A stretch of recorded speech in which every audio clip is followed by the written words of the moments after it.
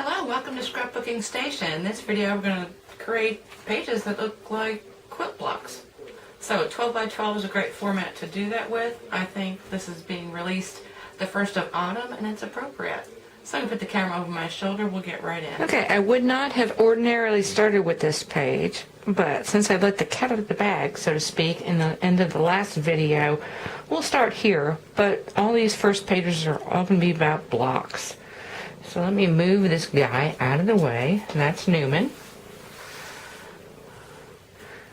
And so kind of the first thing is these are 3 1/4 inch blocks and they do have borders. And I'm going to show you the back of most of these because actually I cut the hole out of this and these are all, or actually these 3 blocks have all been textured with textured folders after I cut the 3 1/4 out. And that center image I use a diffuser so I can get this stamp flat. Let me turn it the right way, that would help. And when you're making quilt pages, the first general rule of thumb is that everything should be flat onto your page because nothing really sticks out, so put your dimensionals away. Anyway, really pretty. Okay, another blocking pattern is a companion page to this. So this is Newman Nicholas in all his glory, sleeping as he helps me out on my scrapbooking. So vivid patterns, clean patterns. There is some stamping in here, and then the bow die cut. The border is all 1 1/2 inch blocks, and I did calculate that ahead of time. So a lot of these quilt designs are going to depend on your photographs. Very many of them will be center image centric. In this third page, this is a more traditional quilt looking page, and each one of these squares is a pinwheel quilt block design. I've changed up the patterns and the colors, put in my borders, and also did a little bit of stitching. And so I'm just going to spend a minute looking at just one of these blocks. Positioning this, and you can see where the darker line is the center of my square. I know the other center is there. And so I'm just going to put glue on the corners. And I want to get this square. It's easy when you've got the grid paper. Okay, the other thing I've done is because these can be into the vacant spaces and you can design it that way, but I want all of these going the same. So this is the way I want those to appear here. So I'm going to take each one at a time and position it right where I want. Once I have those 4 pinwheels on, the next thing I want to do is take my marker and draw the stitching. And in this case, I am more concerned about what's going on with the edges than I am in the middle because I know I can cover those up eventually. So I'm just going to take it and run across all 4 triangles. Okay, I'm back to look at the backs, and in this case, this is actually an insert from a scrapbook file page holder. And just, I wanted to mention that you want to make sure you've got a 12 by 12, because actually neither of these pieces. And this was a piece of dunnage. And as we get into a little more complex designs, you want to do that as your first check. And I think quilts are all good for farmers market. That's what this is. Of course, your pet's home. You know, everyday happenings around the house. Okay, these have all been layers so far. So it's just one layer on top of another. I mean, I do some cutaways, but pretty much layers. And now we're going to get into some actual piecing. So I've drawn my pattern. Let me get the pieces together and we'll take a look at this. The pieces are cut out in the size, and this probably looks a little more complicated than it is, but it's actually just 3 4-inch blocks of each pattern paper. And they're cut either in half, like diagonally, or into quarters. Big X across them. And I get all my inspiration from an actual block quilting book. But if you were to go on the internet and look up quilt blocks, you'll get millions and millions and millions. So I'm going to take each one of these pieces and draw my stitching lines. I'm probably going to use the Early Espresso marker, only because I really want them to show up in this layout. Then I'll get my photos on there, add a couple of embellishments, and we'll take a look at the finished piece. Okay, as I'm doing my stitching, quote unquote, on this, actually I think it'd be easier with a sewing machine, and that's kind of a prelude of things to come. But once again, the grid paper, which is a product pick on my website this month. So I got a quick link from my homepage. And a clear ruler is pretty invaluable. A little snippet I wanted to share before I finish this page is this is a little bit of work. And so I know these outside stitching edges are going to show. But I'm either going to put 2 large photographs here and here, or 2 large photographs here and here. And whatever I cover up, I surely don't want to spend time stitching. So let me go figure out my photographs. Okay, here's my finished page, at least so far. I'm always thinking about the companion page, but let's talk about this for a second. So I've got my 2 large photos, and initially I had created these frames to go around them, but I was cutting off too much of my picture. So either save it for the companion page, or go ahead and use them here, and I think that helps with the design since a lot of it's getting covered. And then these other die cuts are there because I am thinking ahead. And I think that's all I wanted to share on this page. It's a little simpler. I might add more embellishments depending on what's going on with the page next door. So that's done. And then it's going to be something like this, which is going to be inlay. And so we're going to save that for later. But right now, I want to start some strip quilts. So get out pattern papers and ribbons, because that always works well for strip quilts, and we'll take a look at that. Okay, before you start slicing your pattern papers, let's talk about design for a little bit. Most pattern papers come 2 of each design, and there's a front and the back on double-sided. But if you're going to use some of these stripes, you got to recognize that your 12 by 12 page on the outside takes 48 inches of length. So that means I need at least 2 of the same pattern, in which case I'm good to go with this guy.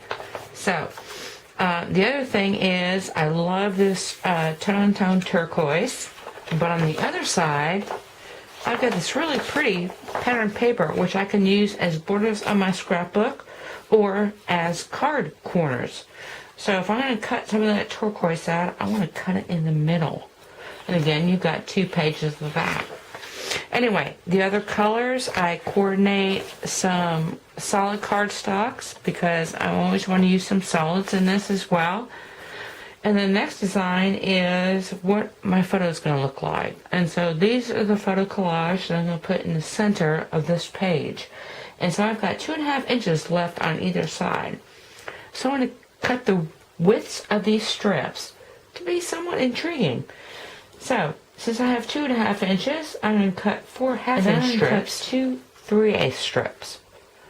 So I'm going to play with those patterns and do that, and I'll be back with the finished piece. So the first strip layout is very structured. Obviously, I'm going around the square. I did decrease the length as I moved in a little bit, and that was just to coordinate a little better with this vine, which I decided was going to be almost the focal point beyond the flower images. And for companion page, I'm probably just going to do almost exactly the same thing. I've got butterflies and other wildlife pictures, and probably just lean more toward the aqua. So a very structured strip quilt look. And then for my next one, it's going to be Halloween and a little bit less structured, but still using strips. And this is my second strip piece, and I chose to actually go ahead and sew it. So I took this to my sewing machine. Now, a word of caution, sewing machines don't like liquid glue. So I made sure if I was going to layer, I did that before I glued anything. There's a couple strips here with a center narrow strip, here, here, and here. And then I attached all the strips onto my base piece of paper, and again I've got a scrap. Let me just go ahead and flip this over. And so you can see all the different stitches that came off my machine, but the glue is actually right in between. Like I said, needles and sewing machines and glue don't coordinate. Now I don't actually have a picture for this yet. This is a Halloween layout, so I'm going to decorate my door and go ahead and throw this in here. But I went ahead and made my embellishment, which is going to be this piece. Originally I was going to cut this off, but then I had these little homes, And I've got this other piece of ribbon as well to throw on there. I've already thought about the companion, which I'm not actually going to build this page yet because, again, I don't have the photos. And so I created this coordinating frame around a center, which is going to have pictures.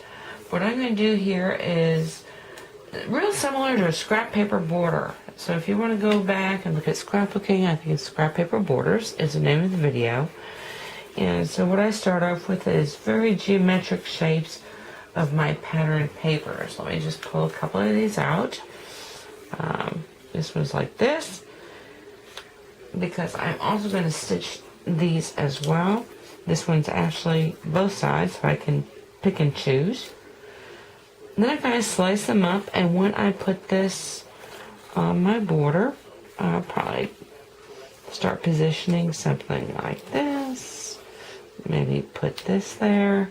And the reason I went ahead and used real cardstock around the edge is if I'm going to possibly show some of that I wanted to coordinate. Anyway, I'm going to be doing a video on little Halloween scrapbook pages and cards and little gift bags, and so both those pages will be done. And now we're ready to move on to applique. Okay, this background is the first in the applique series. I've got 1, 2, 3 pages to show you, but let me talk about this for a little bit. Very free form. And actually what I did is once I decided on the colors as I moved up, I actually just took pieces of my leftovers that were 12 inches long and then used that for my length. I came across with my Olfa cutter, wiggled it through, wiggled it through, wiggled it through, and if you look at the back, you can see that. This was the page that was in the length or width that were in my folder, and that's the way it all turned out. So this is not even backed on anything. This is the backing. Of course, working on a grid. And then when I come in, I've got, let's see, I've got a couple things.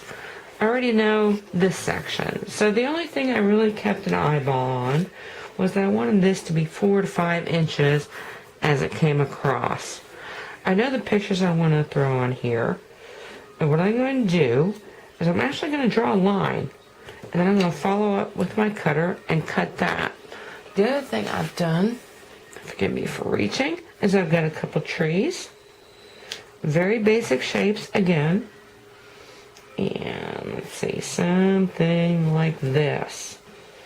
So once I get this cut out and I get this cut out, and actually I'm thinking I'm going to put rays out of the sun as well.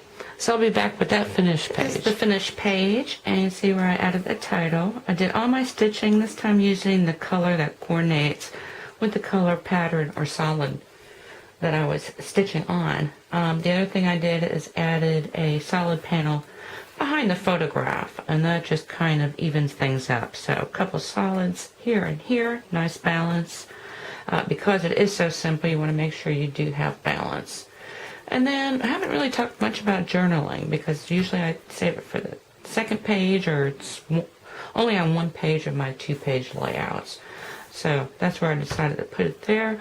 Really pretty. I almost use real materials. Here I would just cover with some sort of stiffener, so under, or, just glue it to a piece of paper. And that would look pretty. Okay, second applique look is this page. And if this looks familiar, it's because it will be the companion to the one we looked at earlier. So again, I've got, I'm calling this applique, but it's almost piecing, because everything is flat other than the mats around the photographs where I did my journaling. Everything is flat, and I call this actually paper inlay. Okay, that photograph was just showing how I set this up. So I put my outie where I wanted it on the page, and then glued inside there. I didn't demonstrate it because I've been doing paper inlay a couple times now on my projects. Anyway, I think together they make a really pretty layout since they're kind of moderately busy. Okay, as far as companion pages go, and actually all these quilt designs, with most of these techniques, they would make really good borders.